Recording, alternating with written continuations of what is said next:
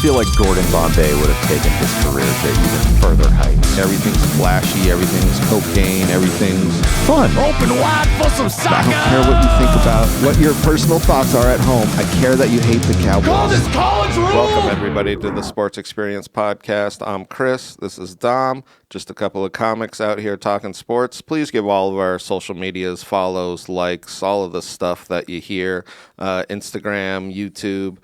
And we're always recording right here, Engle Studio in Tucson. If you have any recording needs in Tucson, we're in the midst of a block. Yes, What's we are. the block? We're doing Brothers in Baseball. Brothers. It's like Step Brothers. Someone's playing Moby Dick for real. Did we just become best friends? John Stamos. Good housekeeping. We just got done with Ramon Martinez, Chris. And that means Fantastic only one pitcher. thing. We're going to be talking about his younger brother, Pedro Martinez. And I think this is going to be a good one. It's gonna be a definitely one of the fantastic one. best pitchers of his era. I can't even, This guy was the man during the era of baseball where pitching did not matter, yet dominated the ever-loving hell out of people. I was going to say, we're going to get into it, but he was one of the best pitchers in the hardest era to be a pitcher. Yeah. That's the only thing that needs to be said. These guys were pitching with sometimes both hands tied behind their backs. Yeah. So Pedro Martinez, Pedro Jaime Martinez, same middle name as his brother. I like that. Born October 25th, 1971 in Managüevo, Dominican Republic, a poor area outside of the capital, Santo Domingo. As we talked about in the last episode, his dad was a master of the custodial arts. That's right. Master of the custodial arts. And mother was a laundry lady, I guess. Dad Paulino, though, in addition to being the Thurgood Jenkins of his profession there in the Dominican, was a pitcher and passed that love of baseball and love of pitching down to his sons. Down to his sons, for sure. And we see this with both of his sons becoming major league pitchers. He, like we talked about in the last episode, had an opportunity to try out for a major league team but couldn't afford it. He could not afford even cleats to play. And much like his sons, they could also not afford a lot of equipment. I know we discussed the sisters' dolls' heads as balls, along with oranges and any spherical objects. They would use tree branches for bats. Yep. More money needed to be pumped in, and it eventually was. And these guys came out around at the right time for it to happen. Yes, these kids in the 80s really kind of got and it wasn't a lot of money being pumped in, but it was just like this minimal, like, here you go. It's such a, when you look at it, because of all the talent that came out of that, it was probably the biggest return on investment that we'll see in baseball. They make the league minimum, Chris. That's so true. One thing we didn't bring up in our last episode, Pedro and Ramon's parents divorced when they were 13, Yep. or when Pedro was 13. And one decent thing to come out of that, though, for Pedro was that his older brother really became a father figure for him. He is quoted as saying, "What I know of baseball and life off the field, I owe to Ramon. Everything I am, I learned from Ramon." And because his brother is so much older than him, and his brother is this hotshot pitcher, he wants to do exactly what his brother's doing by following his example. And I thought that was pretty cool. And you see that with him because the Dodgers set up this little academy in the Dominican Republic, and you see Pedro carrying bags and being like this clubhouse kind of guy where it was baseball was life for them. Yeah, you know? And not only that, he's like the little brother in the Sandlot. Oh, 100%. Like, he's just following him around, doing exactly what he's doing at age 13, despite his size, because, well, he needs to go on that 2 of every sandwich diet at Subway. He's a lot shorter than Ramon. Yes, he is not a 6'3". big person. Yes. He grows to about 5'10", 170 pounds soaking wet. I was going to say Which for a pitcher is insane. Short and malnourished. So Short, malnourished. It's no way to go through life, son. way to go through life. When he was 13, despite his size, because, you're hanging out at the facilities, someone's like, how fast can you throw if you're a pitcher? He was throwing at 80 already. So much like his brother, he's got a sizzling fastball. Yes. In 1988, the Dodgers end up signing him at age 16. Same scout that signed Ramon, Ralph Avila. And both of them are in the Dodgers organization. And in 88, 89, so at 17, 18 years old in the Dominican Summer League, he goes 12-3 in 2 seasons. And the Dodgers are like, we struck gold twice. But there is a looming thing about him in the Dodger organization that he was too small, he was undersized, and there was this thought of him always being Ramon's younger brother. Yeah. Which I feel like we'll see kind of later, just like it almost is like they overlook the pitching that he's doing. Which kind of sucks because I don't think Pedro had that mentality. Like, I never got any sense of that where he minded being his little brother. No. I think he minded them overlooking him for that. Yes. Not that, like, well, of course I'm his younger brother. I am. Yes. And just like the impossibility that he could become better, that like all of this where it was just like, yeah, but your brother. And it was still like, yeah, he's still a yeah, but your brother pitcher. And he's got 6 inches on you. Whoa. 6 inches and just a scotch more weight. Whoa. In a little bit more of that girth. A little speed is the name of the game, though, when it comes to baseball, Chris. True. And you know what he's got? Speed. He's got speed. 1990, he goes to Great Falls, which is low A ball. Goes 8-3 with a 3.62 ERA. Guy Conti over there in Great Falls teaches him the circle changeup, which becomes one of his bread and butter and one of the best in the entire major leagues down the road pitch, which is devastating when you throw as hard as Pedro and locate as well as Pedro, unlike his brother. I was going to say, what Pedro really has when we look at the careers at the end is he really has the control that all of his pitches work on the back of every other pitch because he puts them exactly where he wants them. Oh, and both of these guys' baseball IQ is ridiculous. Oh, yeah. I mean, in 1991, though, we had talked about Ramon in the last episode just shooting up through the organization. Pedro does it just as insanely in 1991 at age 19, 20. He goes from single A to double A to triple A between age 19. Yes, mind age you. 19, he just keeps going up and up and up. Between Bakersfield, San Antonio, and Albuquerque, he goes 18-8 with a 2.28 ERA. And he's striking out at least one batter an inning. His strikeouts to innings ratio is insane. He's the first Dodger pitcher in their farm system to move up 3 levels since his older brother.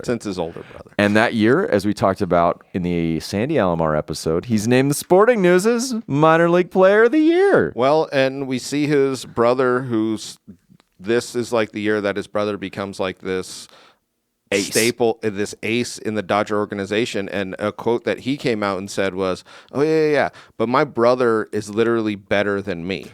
That was the thing. It wasn't it wasn't Ramon saying that, like, I'm the older brother, hold your horses. Yeah. It's the organization were they necessarily warranted criticisms? We're going to find out if they were or not. But his older brother had all the faith in the world in him. Yes. Which I loved. You know what I mean? Where, like, he would just be like, and I imagine this is what they were thinking. They were like, we're going to be the 1-2 punch that the Dodgers are just going to rely on for a decade. And, yeah, so he gets his debut in 92. 92. I like that. Right? Although he spends most of the year in AAA, I did want to bring out 124 strikeouts in 125 and a third innings pitched at age 20. It's crazy. Against grown-ass men. His September call-up gets some 8 innings there at the end of the year. And in 93, he's there the entire season and used...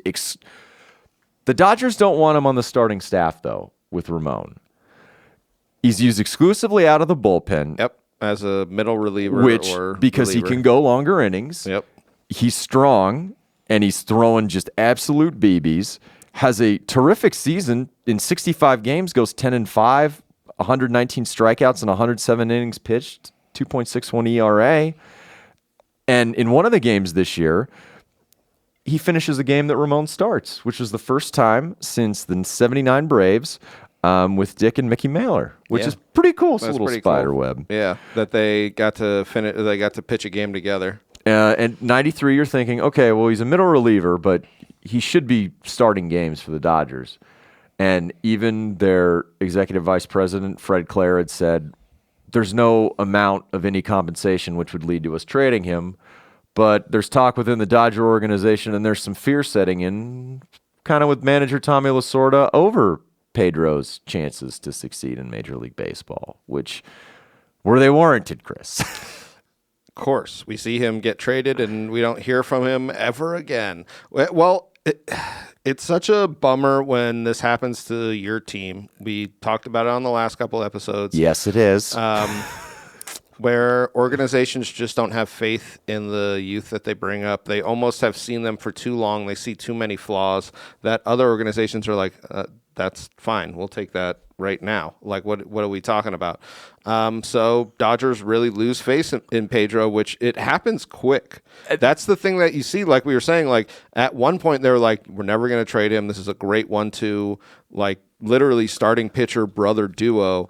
And then like 6 months later, Tommy Lasorda is like, he's so small. What is he, 5'2"? I don't know. They were afraid that his frame would not be able to last 35 to 40 starts a season. Yeah. And November 19th, 1993, they trade him to Montreal for second baseman Delino DeShields. And people in Montreal were pissed.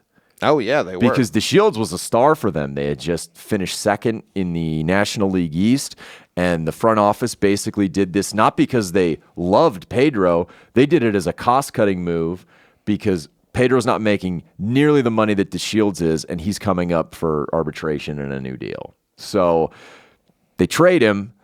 The move is panned. The Dodgers are thinking, oh, we got a great second baseman. We're going to resurge here. What did we give up? A guy who can barely, lift a freaking 45-pound bar. I was just going to say, what are we giving up? A guy who couldn't go a full season, who's not going to be pitching complete games. He's got over a strikeout an inning. What the hell? All of these things that he literally does. There's like his ERA is too high. It's like the report on him is just so opposite of what he then turns and does. But here's my only thing, because he goes to the Expos.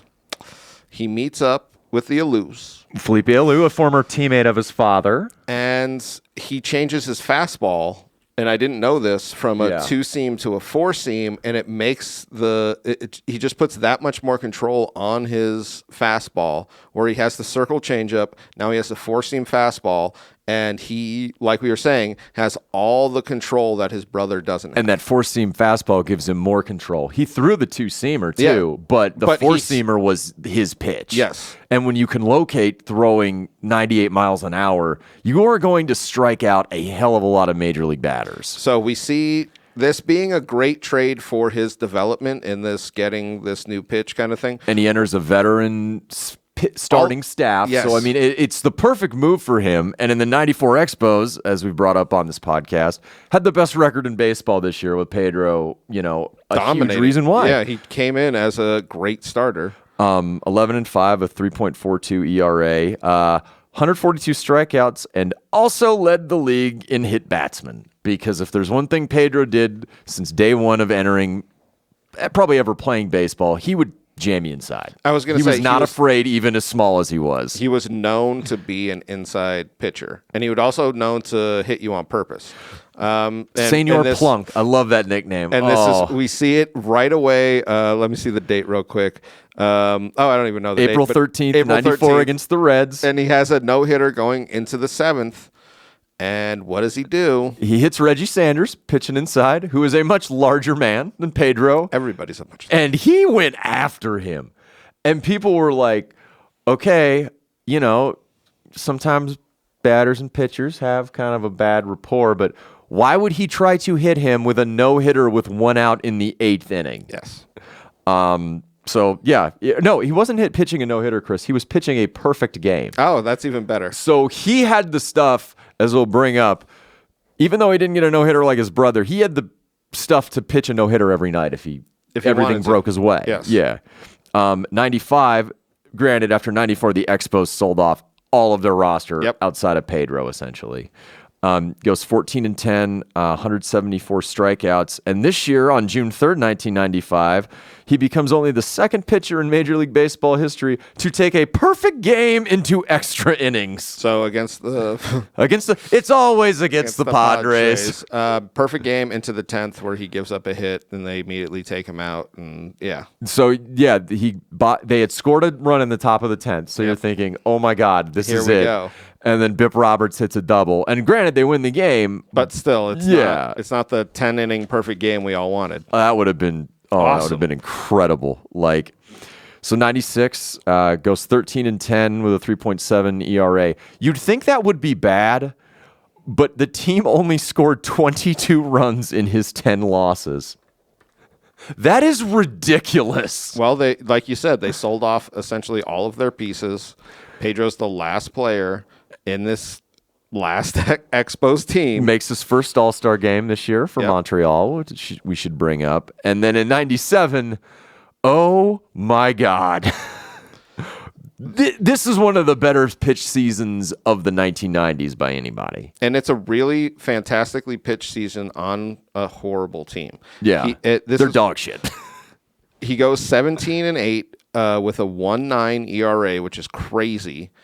And then he also has 13 complete games. And this is why I feel like the games that he was in, they ended up winning because he was just like, nah, I'm going to take it the whole way. You want me to give this to the bullpen? Yeah, who else is on this team? Are you going to put the popcorn guy in a 78% empty Olympic Stadium? No, thank you. But I do feel like this was his, hey, baseball, I'm about to be a free agent. Yeah. Come and get me. And that's what I feel like this season was. So I did want to bring a couple things up. Career highs in innings pitched, 241.1. Yep. 305 strikeouts. This is his first 300. Yeah. He has another one, yeah. He's an all-star. He wins the Cy Young for the first time. Yep. First and only Expo to do that, and the first Dominican to win it. After he won it, he was so sad about Juan Marichal never winning one, he tried to give him the trophy, and Marichal gave it back to him. Yep. Oh my God. I love it.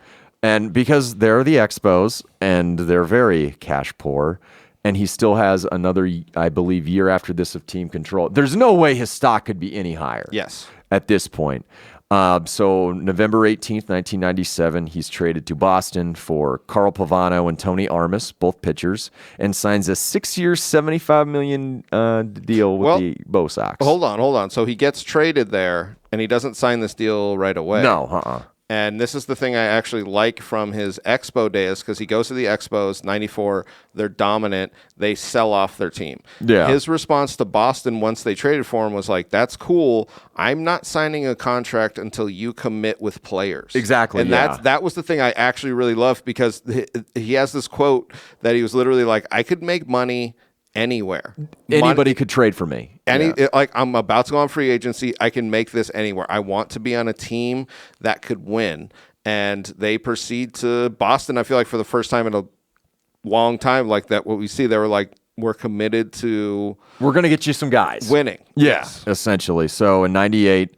Noma comes in. Noma! This is the building of the ridiculous Boston annoying fan yelling out their team names or their player names. Garcia Parra.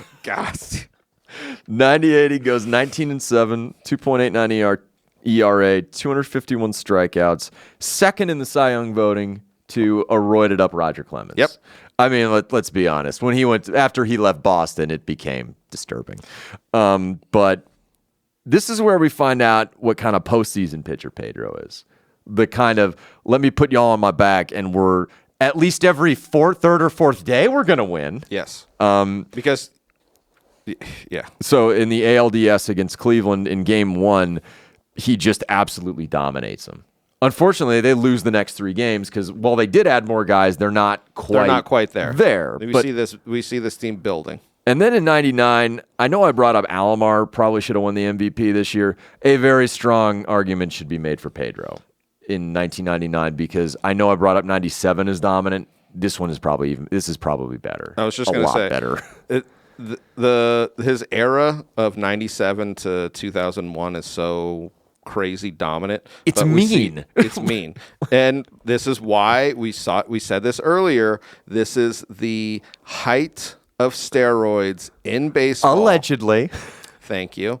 And he even in the opposing pitchers, and he is allegedly, and he is dominant. So, like He weighs 165 pounds soaking wet, and he is just, oh my God. he goes 23-4, triple crown in pitching, all-star. You're giving up a 2.07 ERA and striking out 313 batters when guys are showing up to the plate with Mardi Gras heads and Raisinets. What the hell? What the hell? It's beautiful. He starts and wins the All-Star game at Fenway, strikes out 5 of the first 6 batters. And if you line these guys up, you're like, Hall of Famer, All-Star, Hall of Famer. Like it's a great, yeah. So he ended up winning the Cy Young, obviously, that year. He won the All-Star Game MVP. So our third All-Star Game MVP in our Brothers in Baseball podcast. Did he deserve the MVP? Probably. But did you read anything about that vote, the MVP vote? That they didn't give it to him because they felt like he was unprofessional? No, 2 of the writers didn't vote for him. One picked another pitcher before the season because baseball voters, as we all know, are on the up and up. And both of them felt like we really shouldn't be voting for pitchers. They only play every 4th day. That's what it was. But when you're that good, Yep. oh my God. And then we go to the postseason, where in game 1, he strains his back and they end up losing to Cleveland. And then they get just shellacked in game 2. They're down to game 3, which Ramon saves them. Saves them out of the fire. And you're thinking, all right, About that. Pedro is he going to be available if they extend this the distance? They go into game 5. Boston starters just get shelled. They're I think down 8-7 in the top of the 4th inning. They bring Pedro in with the game tied. And in 5 innings of relief, took 97. I remember watching this game going, what the hell? Well, I mean, it was that dominant for a guy with a back injury. and he came in and shut down the Indians. I think they ended up winning 12-8. No runs, No hits, 3 walks, 8 strikeouts. And I thought this was interesting when he went back and looked on it. He was just like, oh, yeah, that was some of the worst pain I was ever in. But I had to come in because I don't know if you've had back pain. It is so bad. And he was talking about it. It's not like anything else where he was just like, I would get off the mound and I would just like almost have to lay down. You're just like, That's the worst. And he probably went back to his Montreal days. Who else are they going to put in? Yes, seriously. They go to the ALCS. Won his only start of the ALCS. Won the only game for Boston in that year's ALCS. Against those damn Yankees. That was the only game the Yankees had lost that whole postseason. Yeah. Was the one that they you swept started. everybody. Yeah. So just to put it in perspective, and this is the rivalry that we all know that's building. You know? Oh, it's definitely bubbling up. Because it dies and then comes back and then, I just wanted to say this is probably the most dominant postseason relief performance. The only thing I can think of anything in that stratosphere was when Bumgarner came in that 2015 World Series. Oh, yeah. And while he won the game on a bigger stage, it was not as dominant as Pedro. It was not nearly as dominant as that, who was playing hurt. So give it up to him there. Yeah, no, that's good. In 2000, let's get into his pitching in 2000. Wins a Cy Young again. Lowest ERA by so much. What was his ERA, Chris? 1.74. God, that's filthy. To put it in the perspective again, this is the steroid era. The next closest was old Roydy Clemens at 3.7. So more than twice what he was. The league average was like 4.7 or some shit like that. Like he had such a low ERA compared to every other pitcher. It was almost like a huge anomaly where you're just like, what's happening with that? Or as a Boston fan would yell, how do you like them apples, Tommy Lasorda? And he went 18-6, so it's not like he wasn't pitching. He pitched almost every single time. He was an all-star. I mean, mind you, he's making all-stars all of these seasons. I did want to bring up, he allowed the lowest on-base percentage in 100 years at 213. It's crazy. The on base, we're not talking about batting average. We're talking hits, walks, guys getting on. Like, oh my God, that's insane. He had 32 strikeouts in 2 games. I don't know. This is a level of dominance that for any era is amazing. But the way that he's doing it, and in the AL, pitchers aren't hitting against him outside of that one window you play interleague. Yes. God. So he literally doesn't have a ninth out.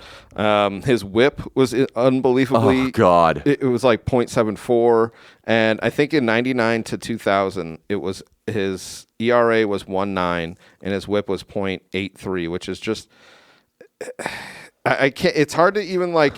If Boston had just a little bit of a better team, they really could have given the Yankees like runs. Yeah, This, unfortunately, I think they missed the postseason in both 2000 and then the following year. And then he got injured. Yeah, he has a rotator cuff tear, just like his brother. But since we're a little more in the future, and he's having some issues with general manager Dan Duquette, who was saying he probably should have been out. Mind you, Dan Duquette's the guy that traded Clemens to Toronto. So, but yeah, 2002 he's right back in it. 2002 wins 20 games again, wins ERA and the strikeout titles, second in the Cy Young that year, and makes the All-Star. But this 3-year window, you're kind of like, damn, Boston, if you just could have put something, a couple more pieces together, could have taken away those damn Yankees. 2003.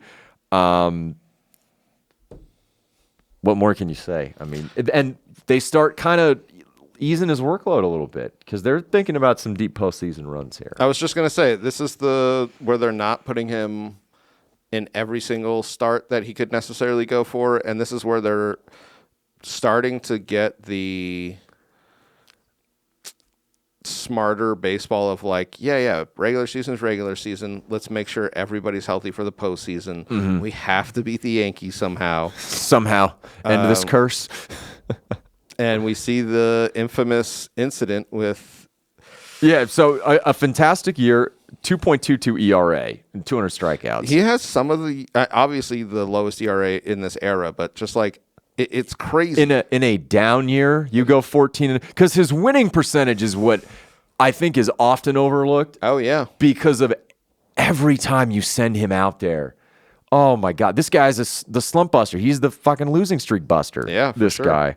Wins one of his starts in the ALDS against the A's, and then they see those damn Yankees in the ALCS.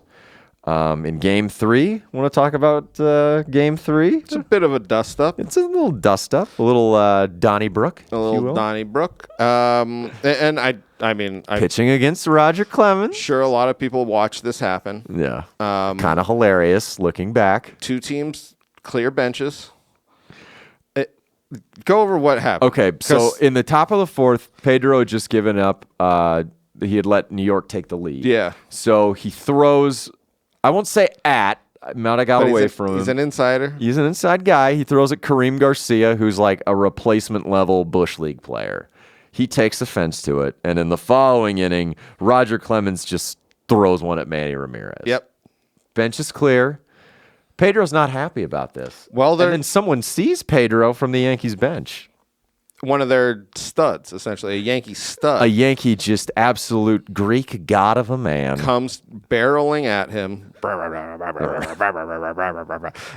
Former manager of the Red Sox, oddly enough. Yes. In Pedro's defense, he said, I had no idea who was coming at me. I kind of just turned and saw this elderly man. It's Don Zimmer, who's in his 70s. And he he doesn't brush him to the side. He looks like fat Dr. Zoidberg. That's a good one. Yep.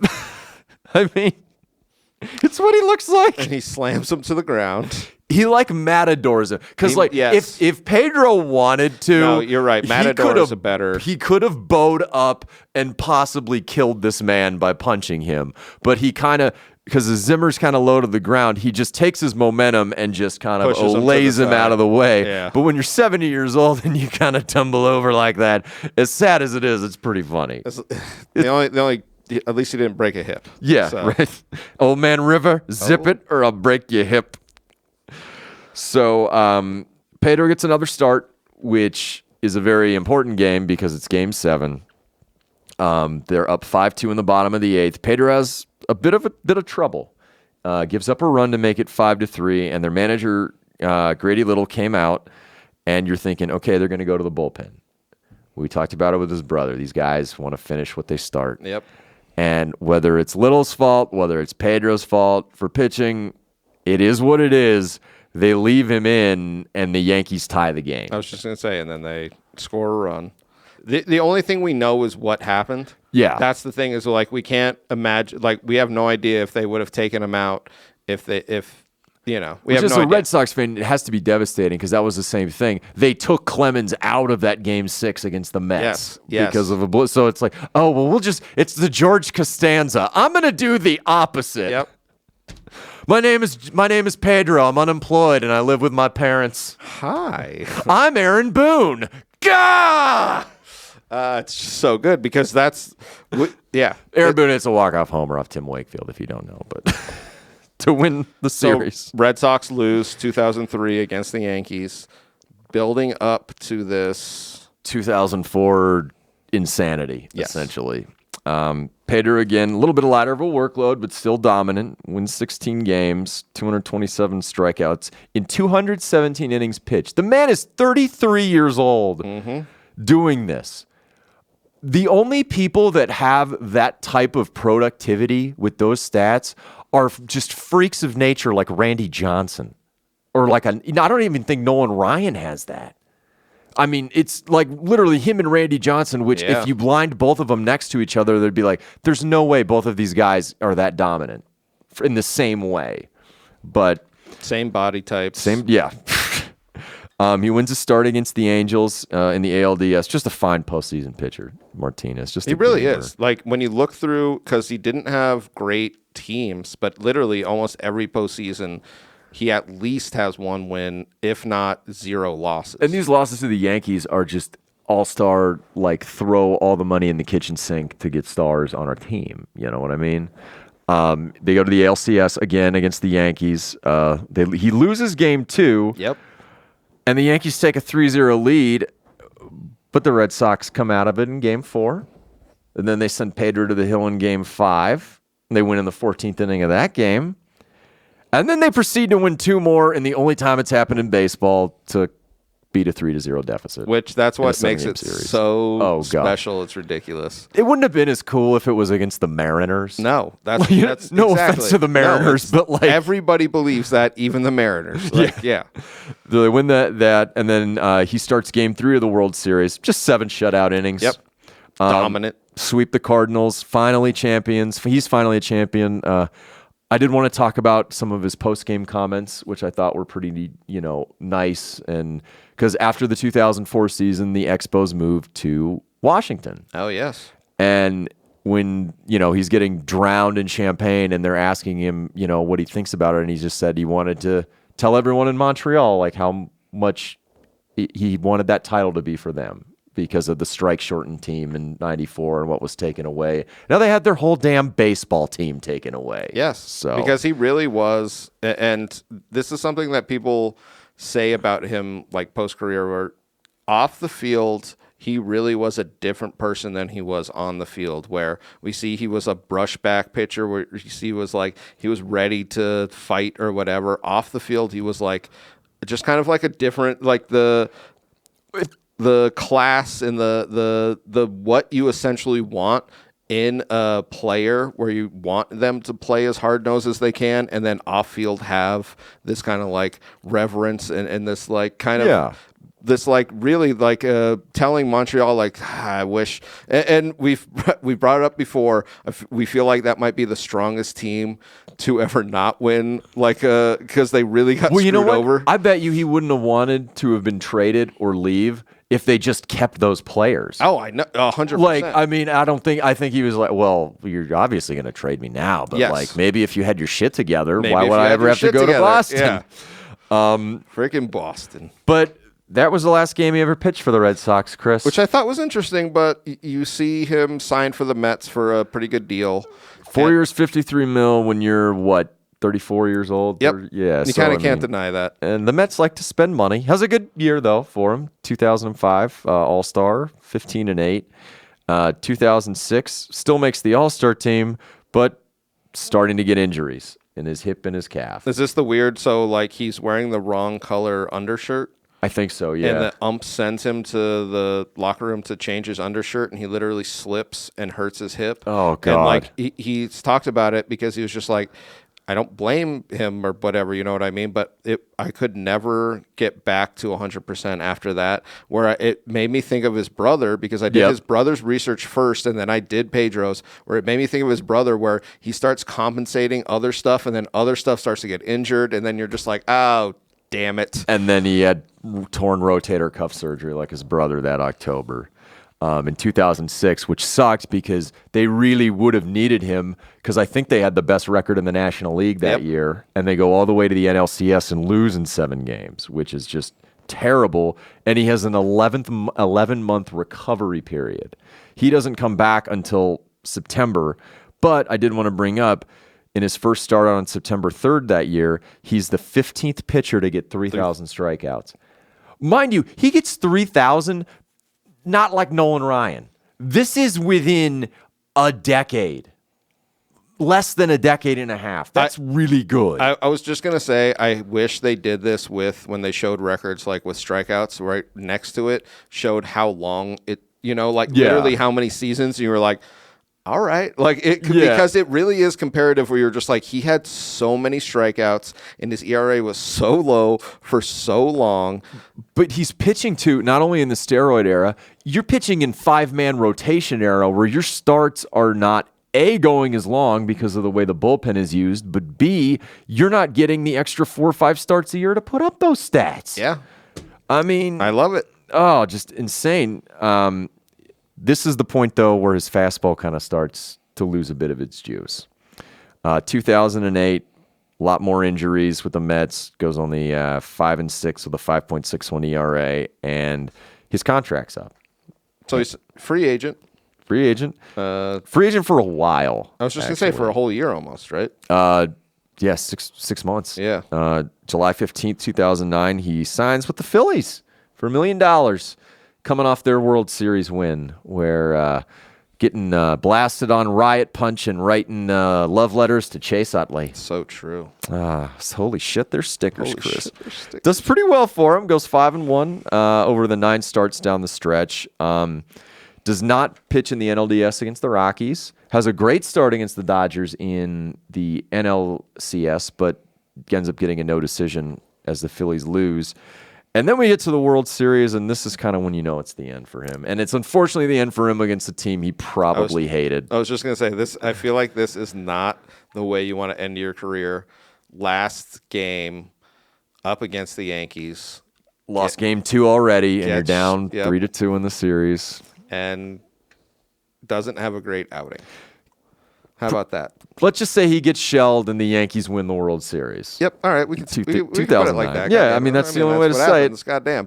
But really, it is like the Yankees being like one last being on this Pedro, who, like, we all know that huge rivalry with them. So, like, it for the Yankees, I feel like it was that much better, not just beating the Phillies, but beating a Pedro Martinez Phillies. Yeah, but it's like, what point of his career did you get him, New York? Yeah, no shit.